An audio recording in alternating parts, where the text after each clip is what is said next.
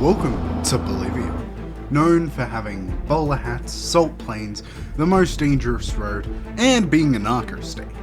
Me and the fellas are here for one reason: to kill. You see, a US embassy was blown up by a bald guy, and the DE agent was touched. So we're here to level the place. On our team we have Holt, Midas, and Weaver. And of course we have me, Dollar Store Fidel Castro. The first thing our squad needs to do is help out Dollar Menu Che Guevara. We need to go save this revolutionary writer or whatever.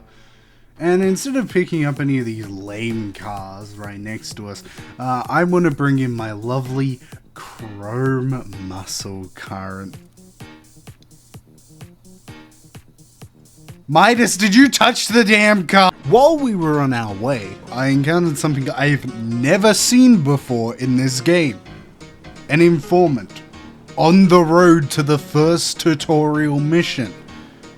Anyway, I decide to try and stop him. We eventually get him to stop, and he's stolen another car. For the crime of extending the pursuit an extra 2 minutes and 30 seconds, I made it so his family can only identify him through dental records. Because of our strange position we were at, we actually ended up arriving to the back part of the village. And because the game was confused about us being where we were, when I accidentally alerted everyone, the guy we were supposed to capture and interrogate actually ran towards us, not away from us. So, that was easy. We arrive at the farm where they're keeping Umaru, and we take out all of the guards in stealthy fashion. We free Amaru, put him on the conveniently placed helicopter, and we fly back to a rebel hideout. From what he tells us, we know that the people we're after in this province, these lovers, are still probably in the province somewhere. So we're going to go around trying to figure out where they are. So we went around looking for intel. During this time, I saw someone being run over by a car. He got hit by a car! 3 times. We ended up getting a call from Pakatari, and he said he wanted a shipment of stuff. So we went and got him that from Santa Blanca, and then he also asked us to hack into Twitch's headquarters and play his revolutionary speech in all the live stream categories, which we did. This mission is usually really difficult, at least for me. I'm playing in extreme difficulty, and there's meant to be more waves than this, I'm pretty sure. But we just got 2 cars, which is weird, because I remember there being a lot more. We go around doing a bunch of side missions for the rebels, grabbing supplies and grabbing medals, and in one of these the air was a little buggy. No. Huh?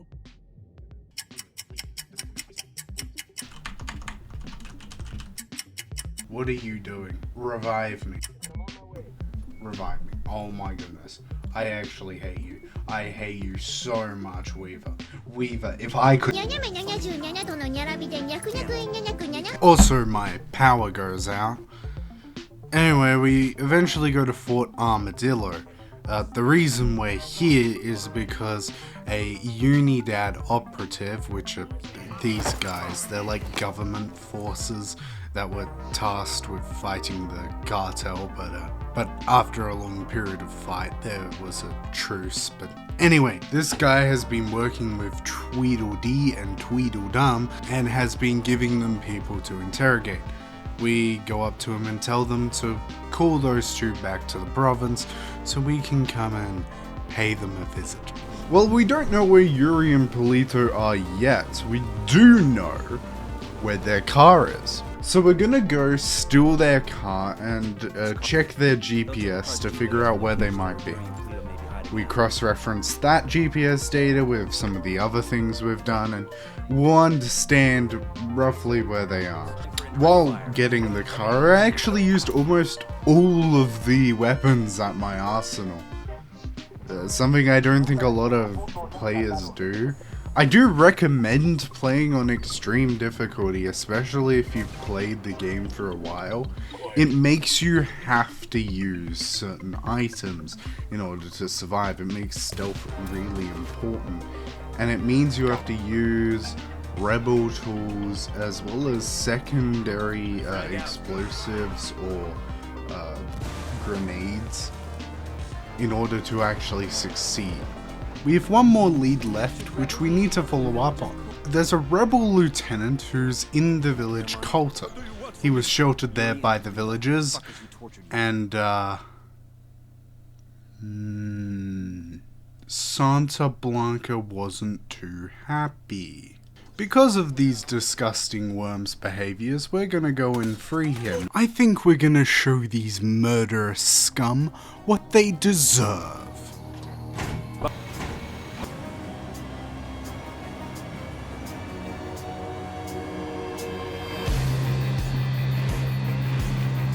This looks exactly like the game did.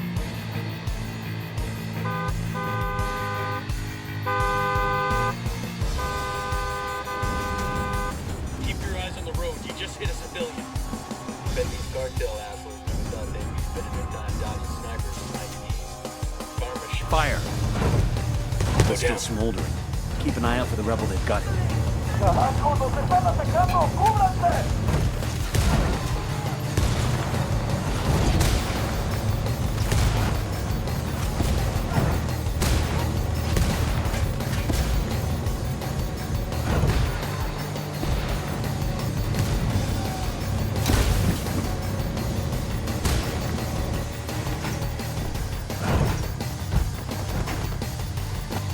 That came from inside the church. Shit. Because of what the rebel tells us, we're able to track down where Yuri and Polito are. They're at this hunting lodge. We go in there cautiously, and when we make it down to the second floor, we see them. We then discover that their relationship cannot survive an intimate encounter with a bullet. With Yuri and Polito down, our main target now is El Sueño. And to do that, we have to destabilize his cartel enough that he has to leave Mexico and come back to Bolivia. Now we move on to Ocoyo, where this guy runs some productions of certain substances. We're going to try and disrupt that production. We know that they've converted this old slaughterhouse into a white powder factory, but we don't have the access codes for that factory. Our plan is, once we get the access codes, to plant a bug into the factory systems, which is going to prevent them from working, and when removed will basically short circuit everything. And we also want to wipe out the stockpiles they have there. So first we need the access code, and we know that the person's assistant has the access code. So we plan a little ambush with our APC here. It's actually pretty hidden, if I do say so myself. We jump them just as they're about to go over the bridge to the factory. We interrogate the guy, get the access code, and then we go into the factory. We destroy the cocoa stockpiles and plant the bug into the system. We now need to go to a converted fish processing place and destroy all the ovens and mixers which they were using to, cook. We also go to this raft, which I forgot what they're using it for, but we destroy that. And then we find the brilliant news that as this guy is running out of options, he has decided he wants to take over a medical clinic in the region and turn that into a white powder factory. So we go over and we stop him from doing that. So while that hospital was being attacked, the rebels smartly decided to move a bunch of the medicine and patients just in case they lost it. Unfortunately, one of those medicine trucks ended up in the hands of Unidad. So we need to go grab it. And we do. And finally, it's on to the final mission. With El Emisario's situation in dire straits, with El Sueño wanting blood, Bowman thinks we might be able to cut a deal with him. At his villa, there appears to be both Unidad and Santa Blanca, so we take a lot of them out stealthily, but eventually my cover's blown. Unfortunately, they begin fighting each other.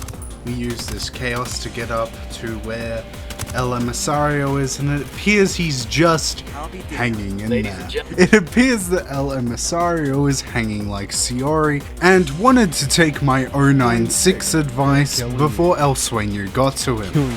This unfortunately means we got nothing, and now I'm in a villa surrounded by Unidad. It takes a long time, but eventually I fight my way out and head back out the back where I saw a Unidad copter before. So I summon in my own helicopter and it spawns out the front. I have to fight through some more Unidad, try and evade these two Apaches. Eventually one of them shoots me down. I parachute over to these mountains and even take out one of the helicopters with my drone. Unfortunately, despite all that, one rocket is all it takes for me to go to the ER. Luckily, this game is not very punishing when it comes to death, so I can just pick up where I left off. Next up is Caimanes. No, not Caimans, Caimanes. The Buchon of this area is apparently a child genius, a real brilliant guy. Nidia Flores spotted him at an early age. He's been placed in charge of a fleet of not quite submarines, more like submersibles. And he's got grand plans to turn these submersibles into proper military-grade submarines. Obviously, we gotta stop the guy. Firstly, we steal a prototype boat that he worked on to give an idea of how his designs work. We next steal the schematic for the new submarines he's building, and we destroy some of the prototype submarines he has. We also destroy some of the previous submersibles that they were using before. Altogether, we've basically ground their smuggling operation to a halt. And now we've just gotta take out El Cerebro, although we actually want to bring him in rather than just shooting him. Through some of the clues we've picked up, we've managed to figure out where his assistant is, who will likely bring us to him. We follow his assistant to this area, we sneak through the compound, and eventually we get to the guy. When we bring him in for questioning, he eventually admits that he's not El Cerebro. It turns out all the clues we followed were actually planted by El Cerebro, and he got away. Because of this, we did halt their entire smuggling operation, so it's still a win. We now move on to Villa Verde, where this guy with the burnt face is the Buchon. In Villa Verde, they mine these thing, I forgot what it's called, but they can put it into the white powder to make it better.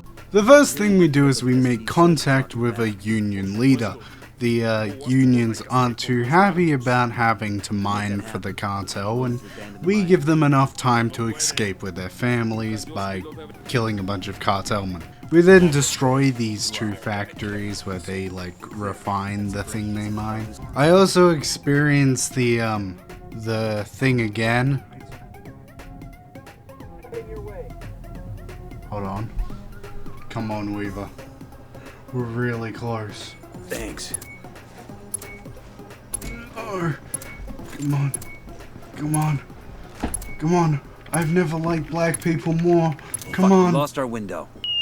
We also hear the best line in the game. This is one of those legal coca farms. So, can we get some legal coca here? For the altitude? For the altitude, yeah. You're not having any coca.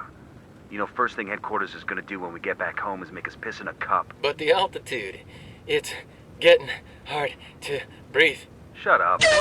We picked up some shell casings that El Wade likes to use for his guns. We then went and killed a Unidad officer and put those shell casings at the crime, thus sparking tensions between Unidad and Santa Blanca in the region.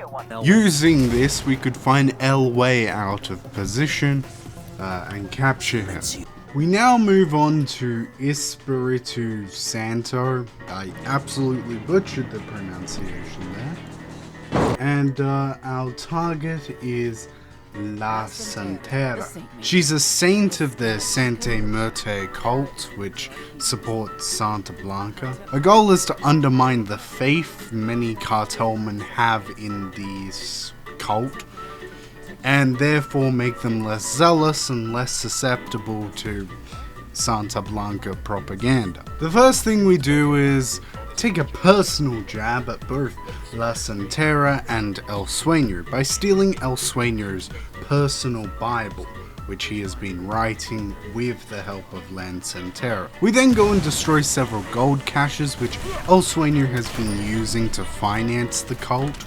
We also go and take out several of La Santera's personal bodyguards and men. That was a civilian, genius. I got hit with a car!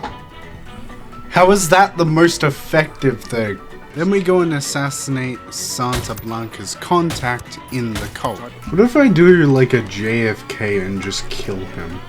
Due to all the tension and instability we've brought up, El Sueño arrests La Santera and is planning a public execution to get back some of the zeal.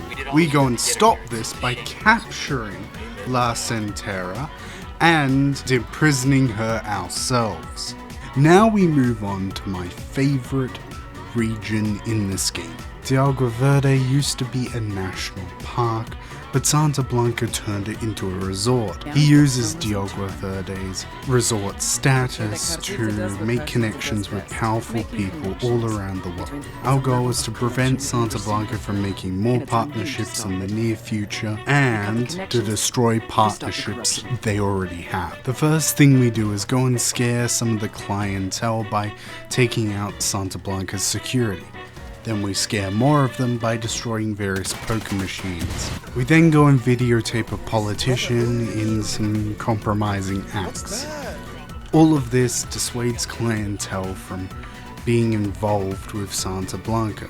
The last thing we do is kill Carzita's assistant, who's actually running the show on the ground. All of this forces Carzita to come out of hiding and throw a big party to restore confidence. We then crash that party and get access to the guest list. Now that I finished saying that, this region's pretty topical now. We now move on to San Mateo, where a bunch of people have been going missing, and it's not just rebels which are going missing, but pretty much anyone who has said a bad word about the cartel has been going missing in the province. The first thing we do is rescue a journalist who was recently captured, and we hear a little bit about what she's uncovered. Bolivia, not just by the cartel. Unidad is also involved. What a chat. We now move on to the village of Rosario, where the entire village has been turned into a prison camp. We go in there and we locate the warden's computer to get files on all the people who have ever been detained there. We go to a prison up in the mountains next. High-ranking rebel prisoners have been sent there, and we need to free them to figure out what they've learned about the disappearances. Now, the information the journalist gave us actually gave us a location of a disposal truck, if you will. So we go there and we grab the driver of that truck and interrogate him about his boss. With all this information, we managed to figure out what's happening here. It's done by El Pozzoletto. El Pozzoletto. That doesn't sound right. Anyway, the stew maker. He's been chopping up and stewing people and turning them into thick sludge. In order to get closure for the 300 people which have gone missing, we're going to capture him and force him to identify every single person to see if he remembers stewing them or not. When we capture him, we find out that bodies are not the only thing that are cooked. His mind is a bit cooked. He seems underdeveloped and acts a bit like a child, which is interesting. We now move on to the most memorable region for me, Media Luna. The Bouchon of Media Luna is El Comandante. He's a lieutenant in Unidad and is credited with basically wiping out the rebel presence in Media Luna, which used to be a rebel stronghold. He's been a major figure in keeping the Unidad Santa Blanca alliance alive, and we want to destroy that reputation. The first thing we do is attack this small Unidad outpost. Wait. Okay, but I am engaged now. Oh, congratulations! Yeah! And interrogate this guy here. He tells us that El Comandante has actually captured a Santa Blanca lieutenant and is interrogating him to get weaknesses on Santa Blanca. We free that Santa Blanca lieutenant and tell him to go tell everyone that El Comandante can't be trusted. Then we have to assault this base. I can pilot her. Alright, Gaga, time to up. Let me cook. Garage. Yeah. Let's just say me and the Cobra crew, who actually joined me for this region, had a very difficult time trying to do it. But eventually, after he'd left, I managed to do it. And yeah, those were the only missions. I was surprised as well. I suppose it's because Operation Silent Spade operates in this region, at least for the first mission, first 1 or 2 missions, but yeah, I always thought there was more missions in Media Luna. I have no idea why this place stuck up to me so much. Maybe it's the difficulty. It's the first really difficult region you'll probably come across a mission, so yeah, I guess it makes sense. Yeah. Wait! That car jumped! You saw that, right? Next we have to deal with my Nonna. Actually, it's Madre Coca. Don't worry, Nonna, you're far better than this fraud. Madre Coca has been a real terror to the British Isles, as she has turned this area from a tea-growing heartland into... Our goal is to show the farmers that they no longer need to serve the cartel. First thing we do is we take out some cartel men who collect the weekly dole of coca from the farmers. Then we make contact with some rebels in the province that are not a fan of the cartel's hand over the farmers, and we protect him from cartel onslaughts. We then go and destroy several stockpiles, and we also kill a few farmers which are loyal to the cartel. Look, sometimes you gotta use your enemy's tactics. We then go and kidnap this guy here. He is the right-hand man of Madre Coca, and it turns out Madre Coca really wants him back, and she's actually willing to negotiate with us. Oh, no, never mind. It was an ambush. Sorry, Granny. Next up, we have... DJ Perico. The first thing we do is we head over to this radio station where DJ Perico is broadcasting from, we think. Turns out he's not there. He's skedaddled like the rat he is. He's actually using it as a, midway range extender thingy. Anyway, we scan the antennas to try and figure out approximately where he's actually broadcasting from. Then we go and raid his house. Someone as annoying as that doesn't deserve privacy. We're able to find some information on him there, and then we also head over to where one of his former bodyguards was. We interrogate the guy, and it turns out that DJ Perico isn't just annoying over the radio, he's a dog killer. I mean, come on, man. Apparently he accidentally shot the former bodyguard's dog, and the bodyguard wants him dead for it, which unfortunately when we actually get to him we don't do. I know. It's upsetting to me, it's upsetting to that guy, and it's probably upsetting to you, and it's definitely upsetting for Stickbug. We get encryption code or whatever it is for the radio broadcast. I don't quite know what that is. I think I might be 2 Generation Z for this. It's essentially a stream key. We then head over to the dam where, for some reason, they're keeping prisoners. What? Why have you got prisoners on the dam? Anyway, we head over there and free one of the prisoners who's very technically orientated, and he gets the broadcast up and running so Pakatari can have a national speech. Yes, this entire region was getting Pakatari 15 minutes of airtime. Like, come on! Why couldn't I kill it? We now move on to Barvechos, where El Popo is currently in. He's Santa Blanca's chief accountant and money launderer, and he's currently auditing Nidia Flores' operation in the region. Now, neither of these two actually trust each other, and so we're going to try and undermine the little trust they might have. El Popo's right-hand man, Wagner, is apparently at the silver mine at the moment. We head over there and attempt to grab him to find out where El Popo is. But he's not there. Nidia Flores has captured him and is interrogating him. So we go and free him, and we get some information that Nidia Flores is very much not happy with El Popo. We then go and raid one of Nidia's vaults under the guise of being El Popo. Nidia's wardrobe will truly never recover. The next thing we do is go and hijack a money truck, and can I just say, something that really annoys me about this game is sometimes how railroady it is with vehicles.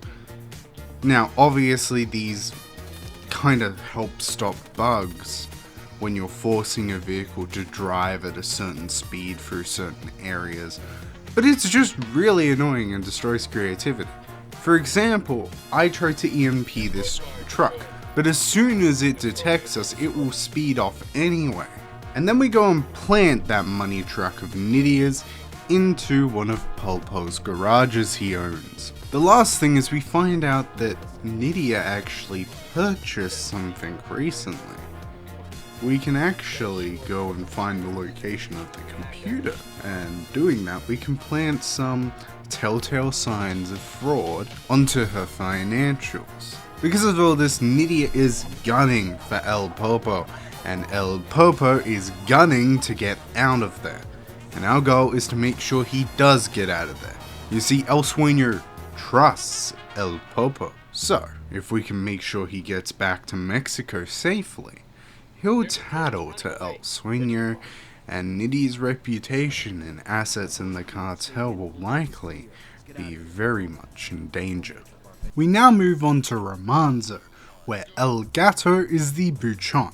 He has survived being shot, being blown up, being set on fire, and being ugly. El Gato has been involved in some of the various different ways of smuggling rather than just, shipping it in. Stuff like hiding it in potatoes, energy drinks, using plastic surgery to hide it in people.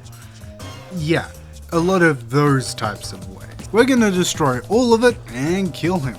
Yes, the energy drinks, the plastic surgery, and the spuds. 3, 2, 1, go!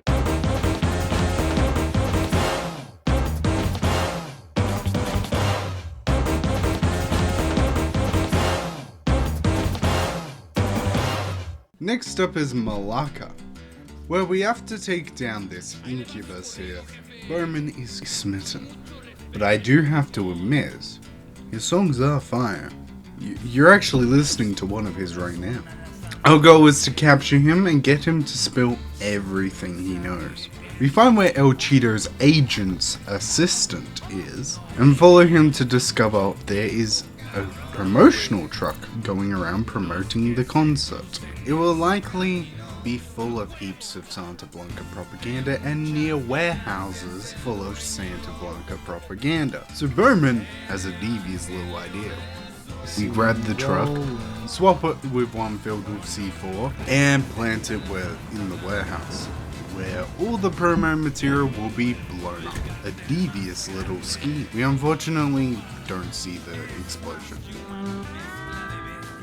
We then wreck his planned venue, and now they've got to move it, and the cartel is a bit embarrassed. Now we crease on his Jordans and steal his new whip, and then we go to the concert.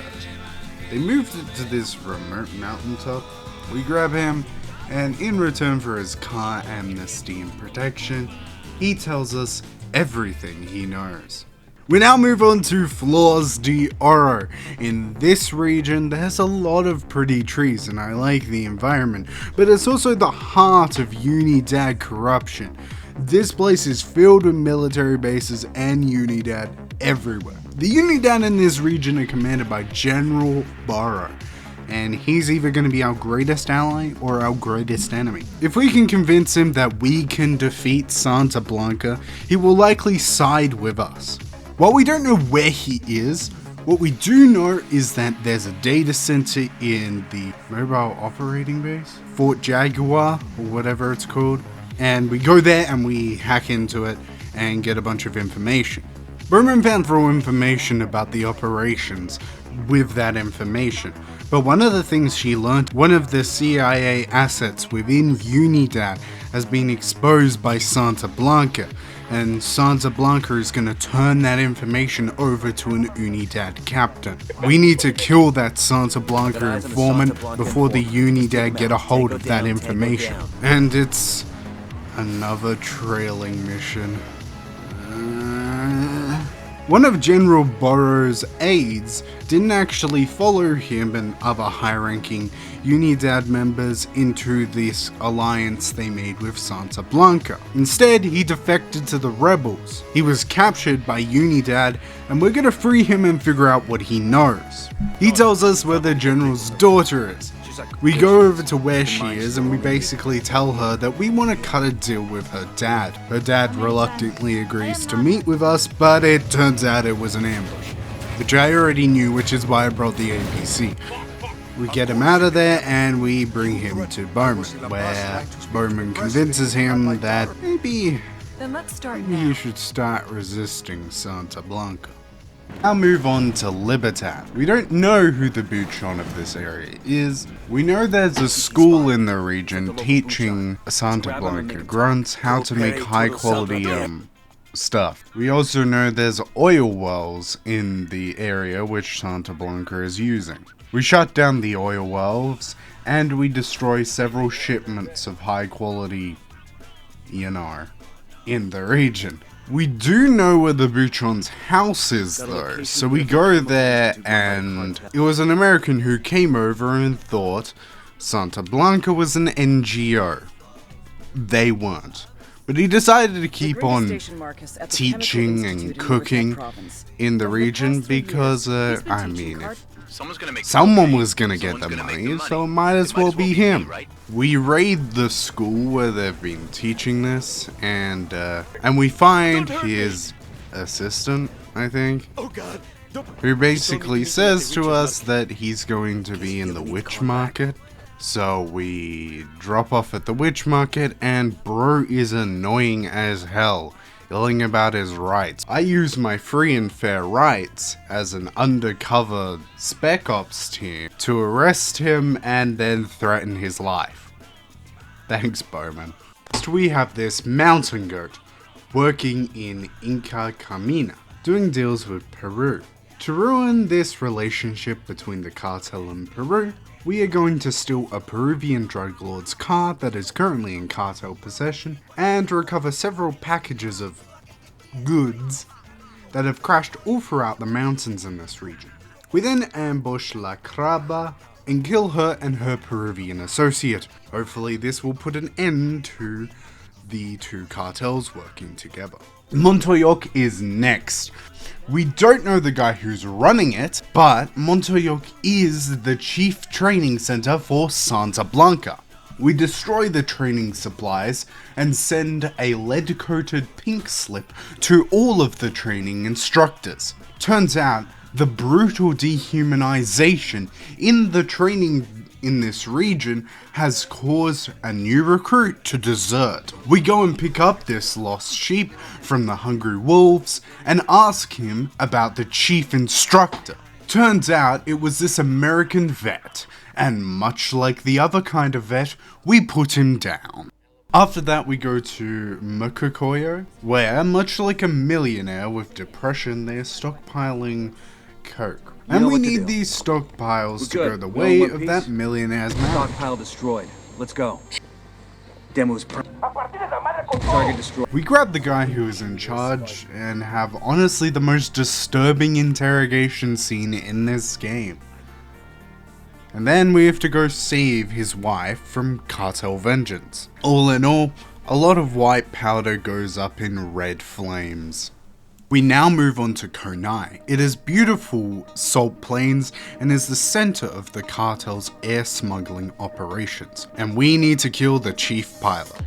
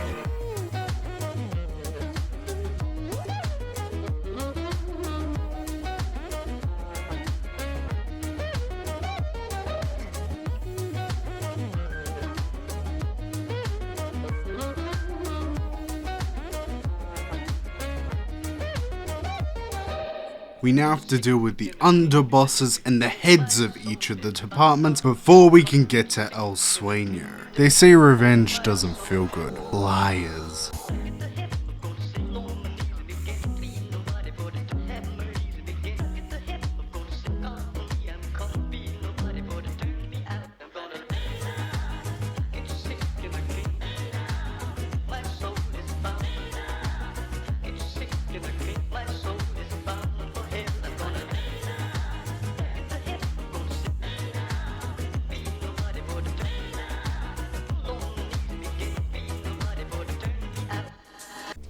Pacatari claims he's finally got a lead on where El Sueño is. He tells us to meet us in this spot, but there's no one here except Amaru, and he's dead. Pacatari's phone is bouncing, so we call up Bowman, where it seems something strange is afoot. Bowman appears to get attacked, and we rush over to find that Pacatari has judiced us. And from now on we won't get support from the rebels. It's now a race for El Sueño. Santa Blanca, the Unidad and the rebels are all going at it, and we need to come out on top. As we run out, several rebel patrols turn to us. We hop into the nearest car and head to the mausoleum. The rebels try and stop us, so we take the scenic route. Pacatari calls us, attempting to dissuade us as we smash through cartel barriers. We speed across the dam, bumping and bashing our way through. Our car is so fast, however, that when smashing through gates, we nearly fall off the road several times.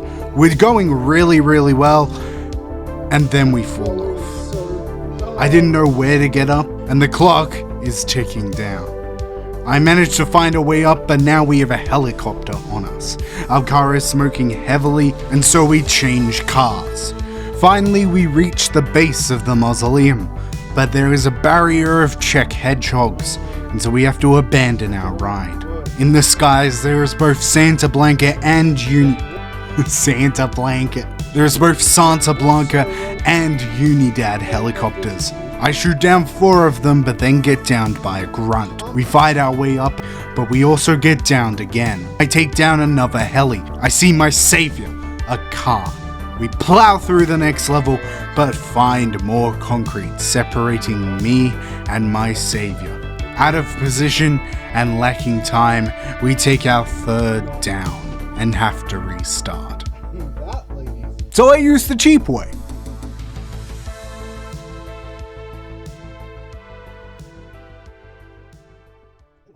We go and confront El Sueño, where he shows he still has a head in the game.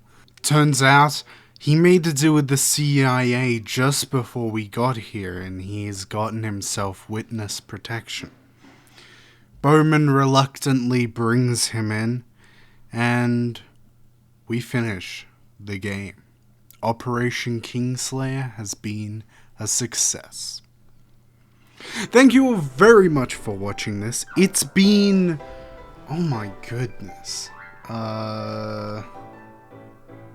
I've spent around 4 months working on this video, so hopefully you enjoyed it. It's been a long time. I somewhat enjoyed making it.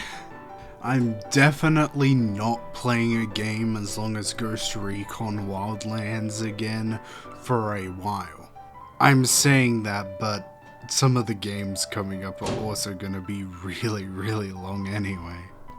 I'm obviously gonna do my Hitman challenge, which I've been live streaming a bit of here and there, and I'm gonna be able to fully put my mind towards that once this is done.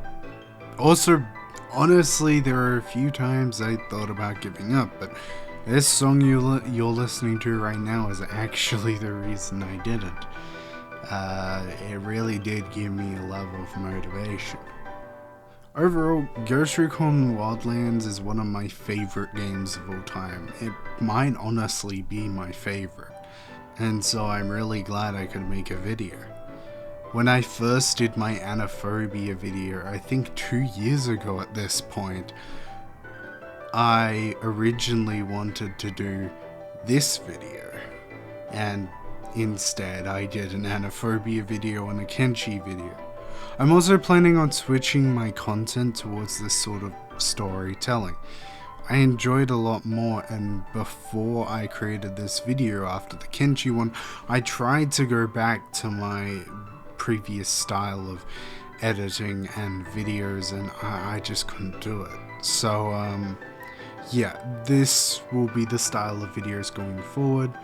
Expect the Hitman one sooner than this one, I hope. And then after that, I've got a few videos planned. I hope you all enjoyed this video. It was definitely longer, but hopefully you enjoyed it anyway. And I'll see you.